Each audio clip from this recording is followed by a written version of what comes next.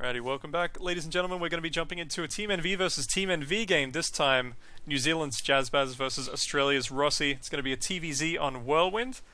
And, yeah, not really sure what to expect. We haven't watched this game yet. We don't know what happens. All I know is that, Rossi said it was a pretty cool game.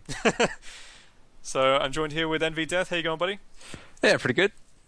Lots of energy. Really pumped after watching that first game where JazBas played really unconventionally and brought out a win against Theory. That was pretty nuts. I haven't seen a game like that for a while. Yeah. So these guys are chatting about GSL, Roro, and innovation. So this game must only be a few days old. Hot off the press. Good to see. Mm. You know, I haven't actually seen those games yet. I got to catch up on the GSL. I bet that would be sweet Yeah. games. Yeah, man. Last time what I a watched, crazy group. I think I saw that crazy group that had Innovation and Flash. I can't remember who else was in it. And Parting, I think? I can't remember the fourth person. Might have been Life? I don't know. Yeah, well, I think it was Life. Yeah. That was a crazy night of GSL. That's the last time I watched it. Yeah, man. Got to get Alright. back into it. I wish I had the time, man. Well, just to formally introduce our players, in the upper left of Whirlwind, we do have NV Rossi as the Terran player from Sydney, and his opponent, one of the crowning champions of New Zealand. It is Envy's JazBas as the Blue Zerg in the lower right. So I don't know what the context is of this game. I'm not sure if they faced off on the ladder, if they were just practicing. Could have been a tournament. I'm not sure if they played off in any tournaments recently, but yeah, they recommended we check this game out, so here it is for you guys. So it looks like Rossi's going to be going for that CC first, just on the low ground, which is a little bit ballsy, especially against a player like JazBas who loves to be aggressive. Now, what a lot of Terrans do, and it's kind of inspired by Flash just sort of figuring this build out, is if you're on a two-player map, you make your depot and you scout immediately so you can see if you need to make your CC on the high ground or on the low ground.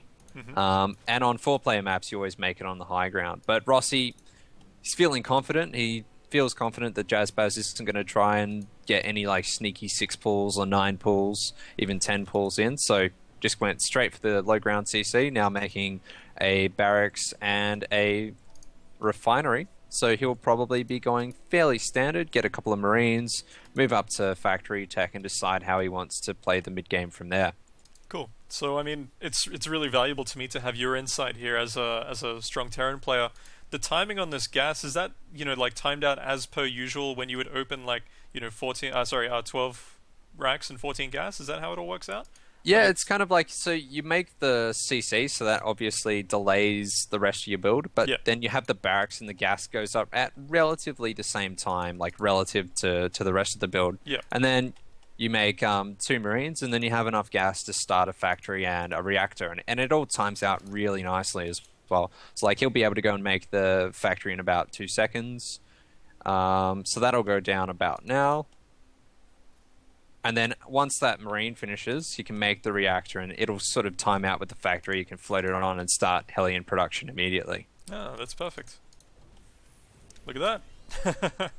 Pretty much Yeah, nailed so it, man. JazBas is just scouting around the map. He's got his overlords out. He knows exactly where Rossi is by now. He knows his cross map. And Jazz didn't open up with gas, so that's pretty indicative of the map he's playing. He's playing Whirlwind. He's not going to be facing up against Reapers or anything. Yeah. Just seeing those 2 Marines there and the SCV moving down at that time, he knows that Rossi's gone CC first, so he's going to be really comfortable to sort of drone up, get some more queens, which is what he's doing, and then probably add tech, and probably, he's going for the fast third as well. Very nice. So just from that limited information that he got from seeing those 2 Marines there at that time, he knows that the build that he's facing up against is really greedy, so he feels comfortable taking that third. I like it. So both players obviously are going to be on 3 bases very, very soon, and JazBas has a well-positioned Overlord on the high ground, just spotting over the expansion. He can see those SCVs mining, and as you pointed out before, he has 100% of the knowledge he needs to take that next base. This is really interesting to me that Rossi has gone for a full wall-off, and he hasn't actually added the tech lab on his barracks. Now, this could mean that Rossi is going to go for some hyper-aggressive mech play, maybe add a second factory, or he might just be delaying that tech lab and delaying Stim a little bit so he can get his double upgrades. Yeah, so he's adding 2 eBays now. So this build's just going to be really nicely timed out with getting upgrades and playing a really strong mid game. The only downside is that if JazBas was going for some really crazy like Roach Rush, it's going to be really hard to hold off without the without like proper scouting knowledge and stuff. But luckily, the game is going to be continuing pretty fluidly. Transitioning is normal. Jazz is just saturating his third now, and he's got double gas in his nat. And he's adding some Evo chambers, so he's going to be able to make his upgrades relatively in line with when Rossi started his. It's all good. So at this stage of the tech path for Rossi, I mean, is there anything really indicative here that suggests he's going to be playing Bio Mine, or is it going to be Tank Marine? I mean, is there anything that we really see here to highlight which decision he might go for? Well, he's adding a lot of reactors onto his factory. Now, that's going to be for the benefit of the barracks. So he's going to be able to go up, he's going up to 5 barracks and a starport really quickly, and he's just going to use that factory to make reactors. I think whether or not he'll go for mines or hellbats or tanks, you can't really say at this stage. He can make his own mind up and basically go with whatever tech path he wants, depending on what he sees JazBas doing. He can play really reactive. But I'd say, the norm is that you go for mines. And especially on this map, it's really nice to have mines for map control and to be able to secure that third. But if he is going up against like a Roach mid-game, you would go into tanks. But Jazz is going for the melee attack upgrades and getting Lair now. So I'd assume that he's going to be playing like Ling Bane Muta. Now, one question, do you have any insight as to why Jazz may have neglected to pick up the gases in the main base until right this very second? Is this in case he gets scanned and he doesn't really want to give Rossi much information? Yeah, so if he got scanned prior to this, it would really kind of throw Rossi off because he doesn't know when Jazz has taken his gas, and he can only see like a queen, drones, and spawning pool. Yep. Especially because it's Whirlwind, and it's really hard for Rossi to sort of get out there and scout what Jazz is doing. A lot of the time, a Terran player might be like, all right, I should probably scan, and they'll just scan the main out of habit. Yep. And in that case, it's really smart that Jazz didn't make those gases in the main. Yep. That's cool, I like it. Now, Rossi's Hellions haven't actually been able to get anything done so far. He'd ideally like to get in and start killing off some of these drones, as Jazz's worker count currently up at 76. Oh, those slings are going around for a sick flag. Oh, Rossi jukes. That was pretty amazing slipping through like again. that. Oh. It's actually impressive you managed to get off the creep without losing any Hellions. That was really fast. He's going to lose one Hellion for sure, but after that, manages to get out with the bulk of his Hellions. Really, really important that you don't lose those, because the Hellions at this stage, before Medivacs and combat shields are out, is really what provides you with map control. You can't afford to lose them. It's true. Jazz is going for his 4th now, as well as starting the 2-2 upgrades, and his Spire's about 75% done. So mutas are going to be out on the map within a few minutes, and he'll be able to decide, does he want to play a really muta-heavy mid-game and sort of bully Rossi down, or does he want to start teching up and going for that hive tech pretty quickly? Well, it looks like Rossi's anticipated the mutas at this stage. He's already thrown down a few missile turrets. And it looks like none of the mines are going to be positioned very defensively. He's going to be bringing them with his army at this stage. So it looks like Rossi wants to push out and do a bit of damage with these Marines. It's a good sort of attack timing from what Rossi's seen. He's only seen some Lings, and he's seen Jazz play fairly greedily. So he can push out, clear this creep off and just retreat in time for his next wave of production structures to finish. And his next push out, because he's contained the creep, his next push is going to be that much more effective, and he can get that much more done with it. Yeah. But he shouldn't be committing too heavily with this. Oh wow, this flank from JazBas on top of one of the mines. Lots of Lings going down to the first mine, and is the second one going to catch the Banelings? Oh, not quite. Yeah. Now the Hellions and the Marines are all going to get cleaned up, but it didn't go too badly. He still killed a lot of Lings, and a lot of Banelings were traded fairly efficiently with the Marines. It would have been better if he had pulled back probably before he swung around to the right and cleaned up that extra wave of creep tumors. Yeah. Because now he doesn't really have map control. JazBas could take a fifth if he wants to. He actually is. So that's a really good decision by him to say, all right, I've just won a pretty big engagement. I can take a fifth really comfortably and go up to that 10 gas. And 10 gas Zerg economy is pretty insane. Oh, yeah. And You can speaking of insane, look at the worker counts between these two players. JazBas now on 87 drones, make that 92 Wow. to the 74 SCVs of Rossi. So this is a big money game.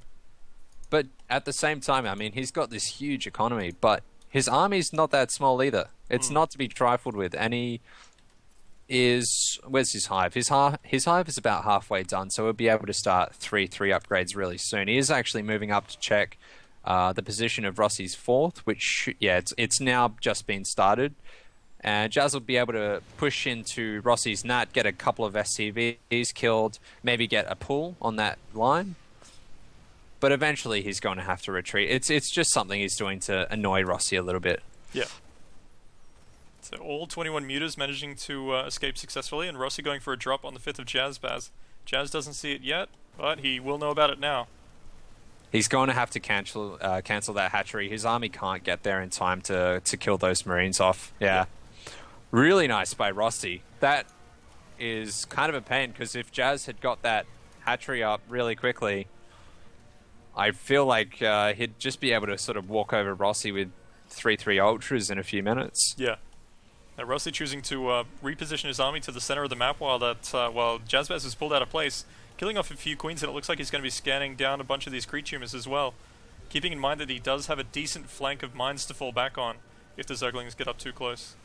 Yeah, Rossi's playing this really nice. He's positioned his army in a really strong offensive position, while JazBas has felt like he wanted to get those banelings up. And Rossi knows, all right, Jazz would have made a lot of banelings and a lot more units in this time, so he can just retreat and be completely safe. But there is a lot of mutas in Rossi's third. That flock is getting absolutely huge. It has +1 attack, and Rossi's army can't really go back and defend this. Yeah, Rossi choosing to go down on the 4th now, and all those mines really burrowing at the perfect moment to catch so many huge lings. mine shots. I don't think the banelings are going to be stopped.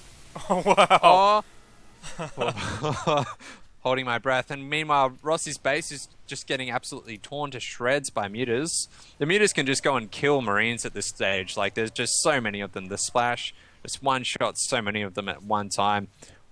Jazz probably should have gone and killed all those SCVs in the main mineral line, though. Yeah.